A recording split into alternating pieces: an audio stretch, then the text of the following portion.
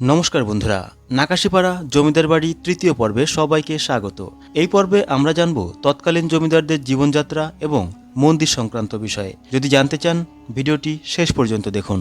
সময় নদী বয়ে যায়, কিন্তু থেকে যায় ইতিহাস। এক সময়ের হাকডাক আর জাঁকজমকে ভরা এই জমিদার বাড়ি আজ অনেকটাই নীরব, কিন্তু এর প্রতিটি ইটে লুকিয়ে আছে শত বছরের ইতিহাস। নাকাশিপাড়ার সিংহরায় জমিদার পরিবার অতিথি সেবায় অত্যন্ত উদার ও খ্যাতনামা ছিল। তৎকালীন সময়ে এই রাজবাড়িতে আসা পথচারী, সাধুসন্ত ও অতিথিদের জন্য অন্নসত্র ও থাকা খাওয়ার বিশেষ ব্যবস্থা থাকত। বিশেষ করে দুর্গাপূজা ও রাস উৎসবের সময় আশেপাশের বহু গ্রামের মানুষকে সাদরে আমন্ত্রণ জানিয়ে আপ্যায়ন করা হতো। তৎকালীন সময়ে এই জমিদার বাড়িতে চলত রাজকীয় জীবনযাত্রা। হাতিশালের হাতি, ঘোড়াশালের ঘোড়া থেকে শুরু করে প্রজাদের ভিড়ে সারাদিন গম গম করত চারপাশ। রায়তদের বিচার কাজ পরিচালনা থেকে শুরু করে নাচমহলের জাঁকজমক, সবকিছুর মূল কেন্দ্রবিন্দু ছিল এই প্রাঙ্গণ।